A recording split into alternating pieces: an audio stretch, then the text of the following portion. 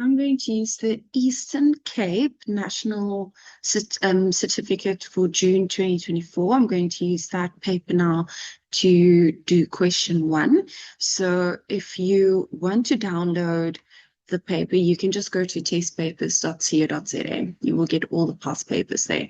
Right. I'm just going to scroll past the instructions here.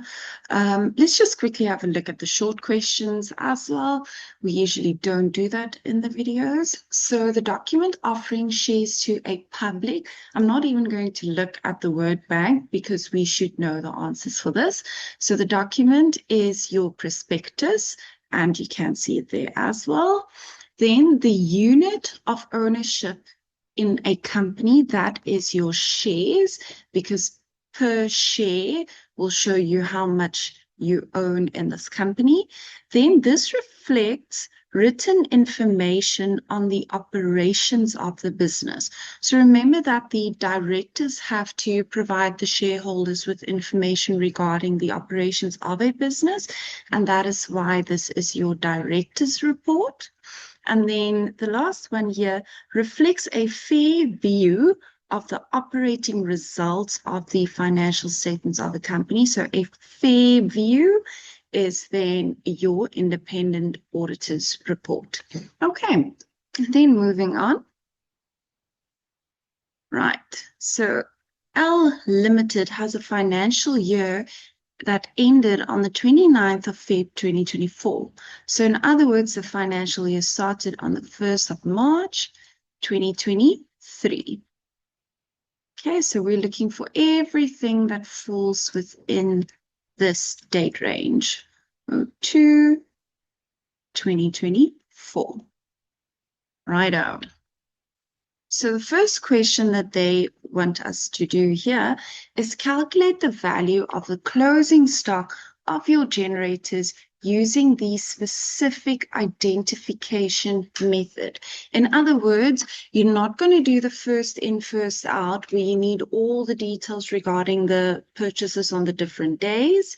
You also don't need to calculate the average cost of your trading stock, because you're using the specific identification method, so they are going to give you the price. So we are going to go to information B1. Okay, that's A. Here we go, B. The net profit before tax was calculated before taking the following into account.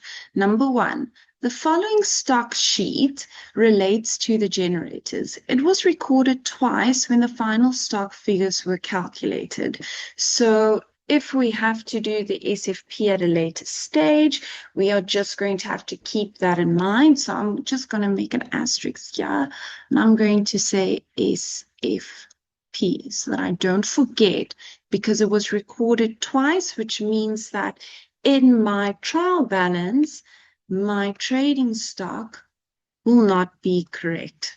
Okay, right. So it says that you sell these generators at a standard rate of 22,400. So this is your selling price.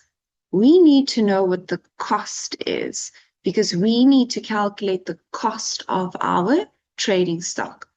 Then it says that a markup of 40% on cost is applied. So nice. We now know what the price per unit was.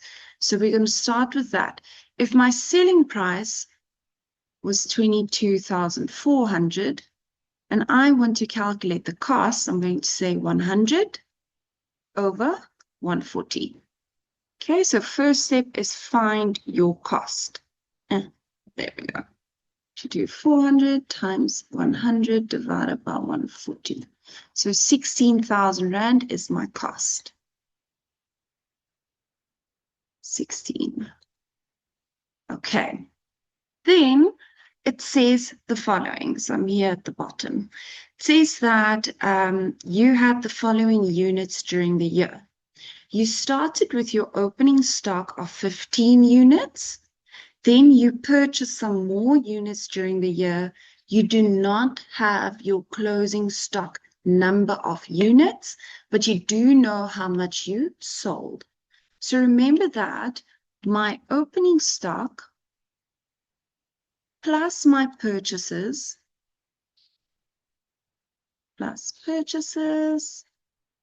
minus my sales, and this is now all in units, is equal to my closing balance. So in other words, I can now say that my opening stock units plus my purchases will give me the number of units that I had available for sale. I then only sold of those units 89 units. So I have in stock 15 plus 95 minus 89. I have 21 units in stock. So 21 units. And those units all cost, because it's a specific identification model, they all cost 16,000 Rand. So times 16,000. So 33336. There we go. So that is the stock that that I have on hand for the generators. Now, remember I said that we are going to have to also, if we have to do the SFP, we're going to have to keep in mind that this was recorded twice when the final stock figures were calculated. In other words, in my trading stock over here, I have to remember that I need to say minus 336. That's just if I need the stock calculation. Oh my gosh, that doesn't look good. If I need the stock calculations at a later stage. So 336, there we go. That looks a bit better. Okay, right. So that's your first question done. Moving on to question 1.2.2. Refer to information A and B, and then use the table provided to calculate the correct net profit after tax for the year ended. Indicate a plus or a minus to show whether the profit is going to increase or decrease. Okay, so they didn't give us a SOCI to do. They want us to work with the incorrect profit and then calculate the correct profit. Okay, right.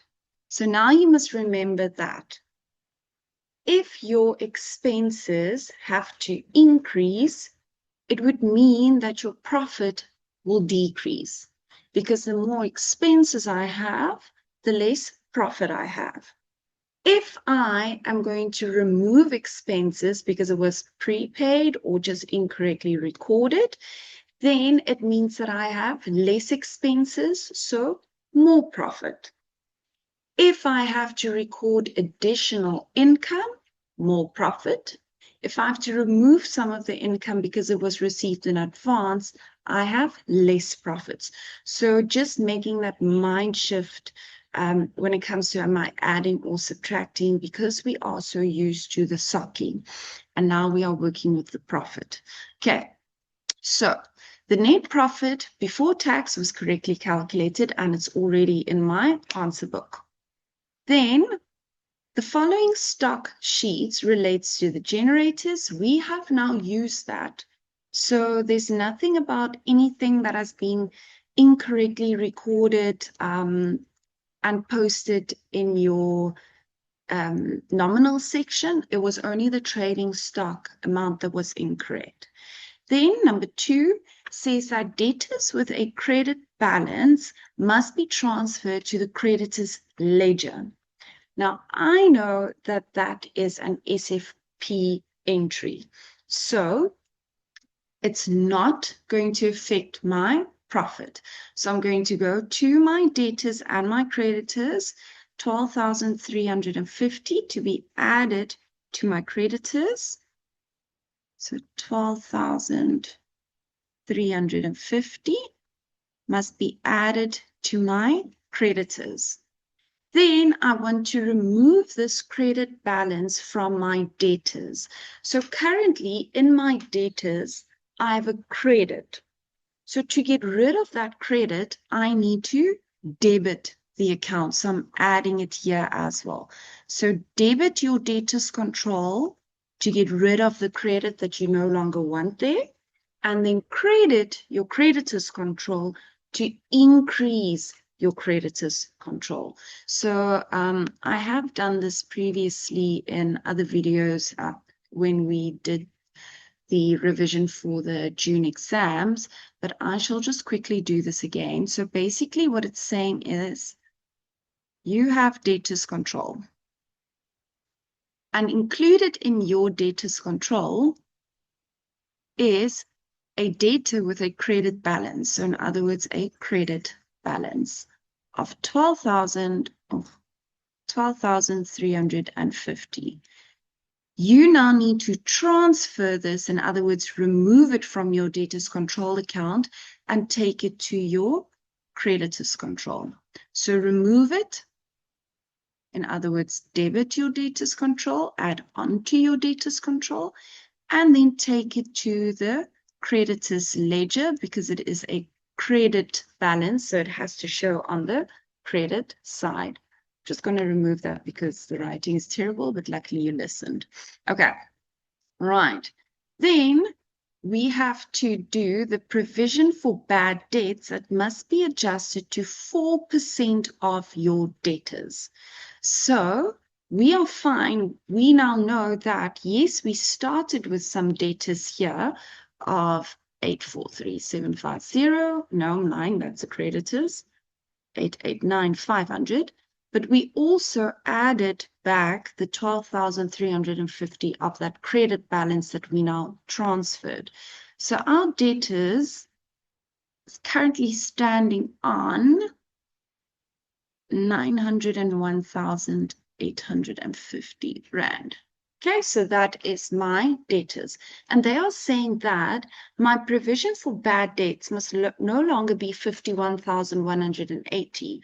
It must be 4% of my debtors. So I'm going to take my outstanding debtors times 4%.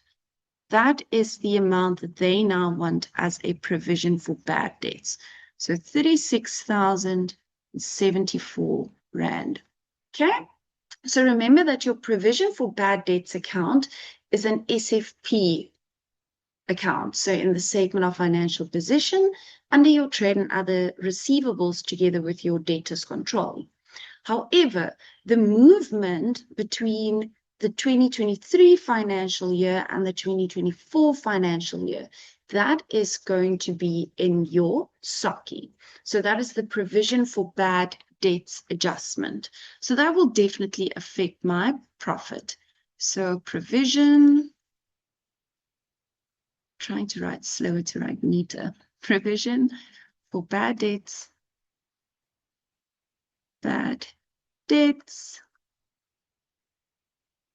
adjustment. And remember, very important, you need to show all your calculations. So I'm now going to move away from my question paper, and I'm going to show my calculations. Oh, no, that's not what I wanted to do. Show my calculations in my answer book. So my provision for bad debts was last year, it was 51,180. I'm now saying that it should be 36,074 Rand. So I'm going to find the difference because I need to, in my SOCI, record the movement between prior year and current year. Okay, minus 51,180, and that is 15,106.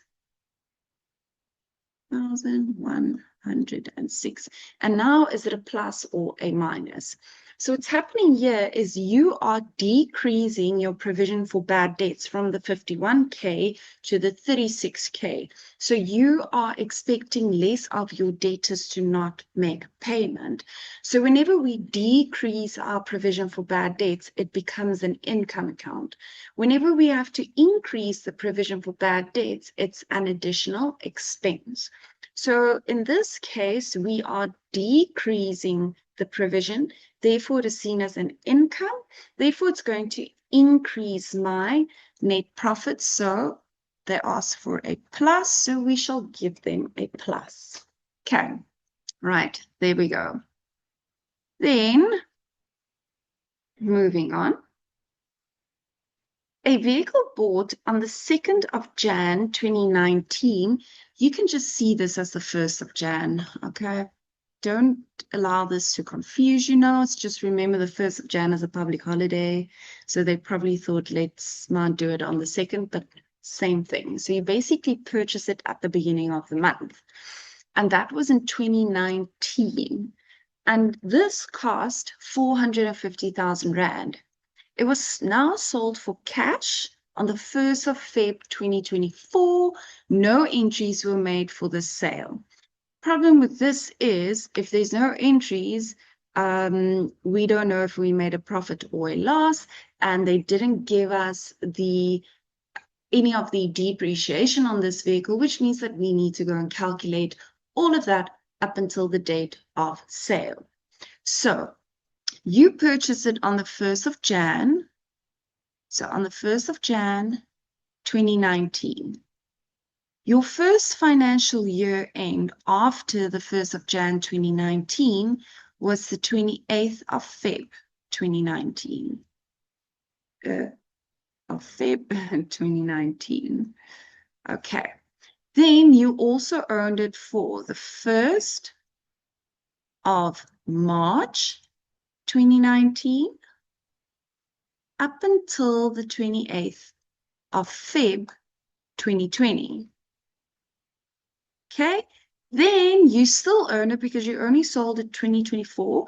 You earned it for the 1st of March 2020 up until the 28th of Feb 2021.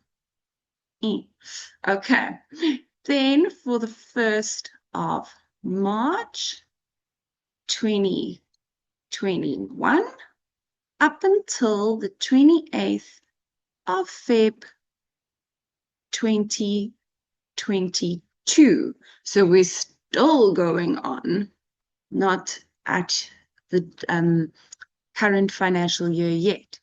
Then you earned it for the 1st of March 2022 up until the 28th of Feb 2023. So that is the last day of the prior financial year. In other words, the first day of our current financial year, we will see the accumulated depreciation. So in the first year that we owned it for 2 months. Okay, 2 months. Then let's see, 1, 2, 3, 4. So for 4 years, we owned it for 12 months per year. And now in our current financial year, it says that we sold it for cash on the 1st of Feb. So we owned it in the current financial year from the 1st of March 2023 up until the 31st of Feb 2024. So in other words, for 11 months. Why am I doing all of this? I'm doing this because I just want to show you that you don't have to go and calculate all of the depreciation. You just have to determine how long. Obviously, I now took so long just to write everything down, but you just need to determine how long have I owned this asset for. Full 12 months per year, and then add to that the other years in which I owned the asset that wasn't for a full financial year, to see in total what this adds up to. Because if vehicles are depreciated at 20% per annum on cost, this only works for the cost method, then it means that by the end of year 5, my asset is fully depreciated. Okay, so I'm going to say that again.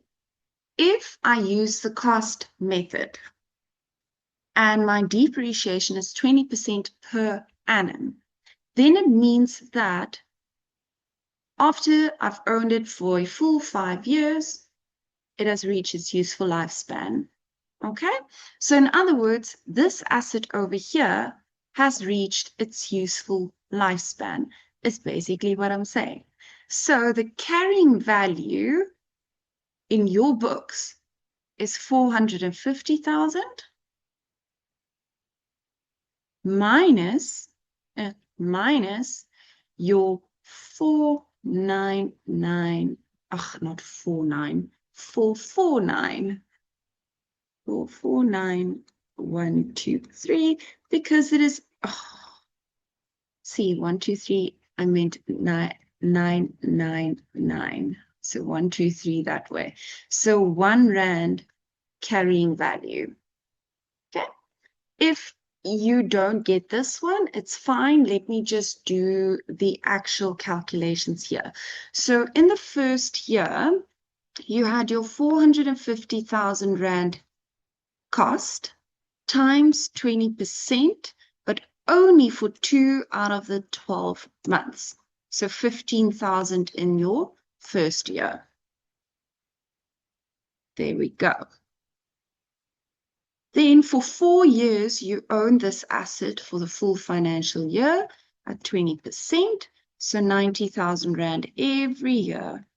90 and another 90 and 90 again. And the last one. So in other words, before your current financial year started, so in other words, your opening balance for this specific vehicle, the accumulated depreciation, it's the 90,000 that you had for 4 years plus 15,000. So there we have it, 375. 375. Okay, so that's your accumulated depreciation opening balance. Righto. Now, in my current financial year, I only own this asset for 11 months. So times 20% times 11 over 12. So 82,500. So 82,500. Okay, so then if I use that, I'm going to say that my opening balance of 375 plus the current year's depreciation up until date of sale. And can you see that that is more than your cost? Because your cost is only 450,000. So in other words, my depreciation cannot be 82,500. It can only be, the 450,000 may only be written off up until a R1 value. I've already written off 375. So the depreciation for the current year is 74,999. Okay, so that is what it means. So then the normal steps applied. We have done asset disposal, so I'm not going to go through all of that again. So then you take your carrying value, and it only has the R1 carrying value. And then you're going to subtract the amount that you received. So you obviously received more for this vehicle than the value at which you are carrying this asset in your books. Therefore, you made a clear profit on disposal. Okay. Oh, golly gosh, what happened now? Okay. So profit on disposal. Please do not try that first method when you are doing your diminishing balance method. So you received 65,000 Rand. However, this asset was still valued at R1 in your books. So you made a profit of 64,999, and that's a plus. Okay. So there we go. I just want to get the calculator here again. So just 65 minus your R1. And that's how we got to that. Okay. Right. Next up. Insurance includes an annual premium of 21,540 Rand paid on the 1st of December 2023. So insurance, you paid an annual premium. So in other words, you paid a premium for 12 months on the 1st of December 2023. So in other words, you paid for the 1st of September, from the 1st of December 2023 up until the 30th of November 2023. However, your financial year ended on the 29th or 28th of Feb 2024. So you have a prepaid expense. Prepaid expenses must be removed from the SOCI because it's not an expense for the current financial year. So in other words, you currently have a higher insurance expense included in your net profit calculation than what you should have. So you need to remove the expense, thereby increasing your net profit. And they are saying that the total that you paid was 21,540. The only months that fall within your current financial year is December, Jan, and Feb. So only 3 out of the 12 months. So you now need to remove 9 out of the 12 months that you have paid for. Oh, goodness me. Okay, 9 out of the 12 months. So 21,540 times 9 over 12. There we go. So 16,155.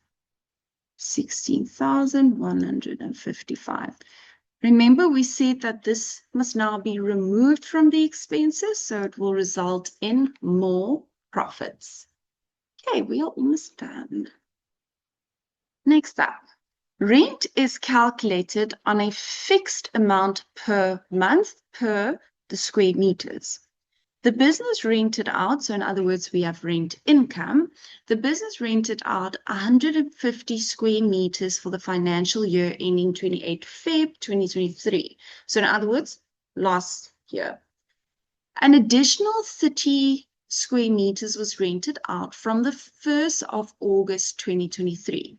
So in other words, from the 1st of March 2023 up until the 31st of July 2023, you rented out 150 square meters. Then after that, from the 1st of August 2023 up until 28 Feb 2024, you rented out 180 square meters. The issue here is that rent was received up to 30 April 2024. So in other words, you have an income received in advance. I'm just quickly going to pause so that I can plug in my laptop. I don't want it to die now. Oh, there we go. Right. So rent was received up to April 2024. In other words, you have received in advance the rent for March and April. So included in your profit calculation currently, you have 150 square meters that you rented out for March, April, May, June, July. So for 5 months. Then after that, you rented out an additional 30 square meters. So then this increased to 180 square meters for the remaining 7 months of your financial year. But on top of that, you also received the rent up until the 30th of April. So for 2 additional months, you received the rent. They didn't say that you're no longer renting out that additional 30 square meter space. So we're working with the 180. Okay, so in total, let's see. 250 times 5. So for the first few months, you rented out space of 750 square meters. And then you also received the 180 square meters amount for 9 months. So add that to your 750. So the total square meters or the rent for the square meters of 2,370, that has been recorded in your trial balance. So we need to go to our trial balance because obviously we can't use square meters. Can't use that in our answer. So the rent income, they are saying that this is the amount that you received for the square meters rented out or then leased during your current financial year. So you now need to calculate how much you need to remove because it was received in advance. And the square meters equivalent is the 180 square meters that you received for 2 months in advance. So your 360. Okay, so let's go here. Rent income. Rent income. Okay, so you are going to say that, yes, I received 213,300 Rand for rent this year. That was for 2,370 square meters. However, I need to remove 2 months rent that I received in advance. Okay, so 213,300 divided by the total square meters of that space for the full financial year. So it's 90 Rand per square meter. You only need to remove 180 square meters for 2 months, so 32,400. 32,400. Okay, so remember that they now said that you must calculate the correct net profit. So we said we must remove this rent income because it was income received in advance. So that means I will have less profits. I prefer the brackets, but the answer book was specific. It said show the plus or minus signs. So I'll stick to the minus one over there. Okay, so that's your rent. Then unused consumable stores amounted to 5,320. So in other words, I need to remove it from my consumable stores expense account and reclassify it as a current asset under my under my inventories, consumable stores. Okay, so I'm removing this from the expense, this specific amount, because it's not an expense in the current year. I haven't yet used it. So I'm going to go here, 5,320. Okay, so I'm removing it as an expense, which means that it's going to have a positive effect on my profit because I now have less expenses. The company has 4 directors. They all receive the same fee. Okay, so 4 directors, they all receive the same fee. 2 directors took an overseas trip and requested that their fees for Jan and Feb be paid in March. Okay, so we have to adjust, obviously, our directors' fees. So directors' fees. Started off okay, and now we're going down south. Okay, right. So the company has 4 directors. The directors worked for us for the full financial year. So they were supposed to get salaries for 12 months. Okay, so that's 48. 48 months. However, what they're saying now is they're saying that 2 of the directors took an overseas trip and they then requested that their fees for Jan and Feb only be paid in March. So we have an accrued expense because we haven't yet made payment, which means that in our trial balance, we are showing 2 directors who earn salaries for 12 months. And we're showing 2 directors who only receive their salaries for 10 months because we're only going to pay them their Jan and Feb fees in March. So that means that we haven't yet recorded those transactions. So you have your 24 months for your 2 directors, 20 months for the others. So you have 44 months here. Oh my gosh, months. Right. So you now need to go to your trial balance. Okay, director's fees. So this is the total director's fees that we paid. We now need to adjust for the 2 directors who haven't yet received their salaries or their fees then for 2 months. So we're going to start with the amount that we have, 37,500. Then we want to know we are missing 4 months. So we want to know what 4 months is using the 44 months that we have already recorded.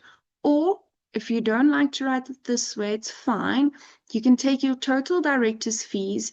You know that this is only for 44 months. So take the director's fees divided by 44 and then times 4. It's the exact same thing, but I do know that sometimes it confuses a few people if we write it that way.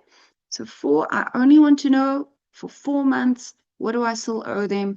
I owe them 112,500. 112,500. Okay. So remember, this is an expense that I haven't yet recorded, which means that it will result in me having less profit now that I've recorded that. Okay, now we're really almost done. So there we go. The income tax for the year is calculated at 30% of the net profit, so 30%. So this means that I now have to go and calculate what is my net profit before tax. So starting with the incorrect tax, 3609320, and then add all your pluses. 16,155 minus whatever is going to decrease your profit, plus 5320 minus 112,500. So you have 3566.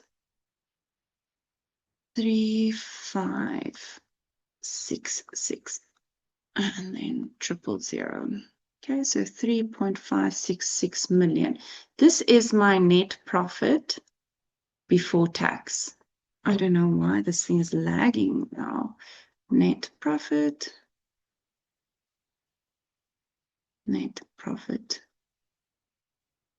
before tax. Okay, right. So that means that you must now just times by 30% to find your tax amount for this year. And you need to remember that that is subtracted from the profit. So 106,900. Okay. And then correct net profit after tax is your profit before tax minus your tax. So you are ending on a profit of 2.496 million. Okay. Oh my gosh, I don't know. I think it's because my battery's so flat. Okay, right. So that is calculating your correct net profit after tax.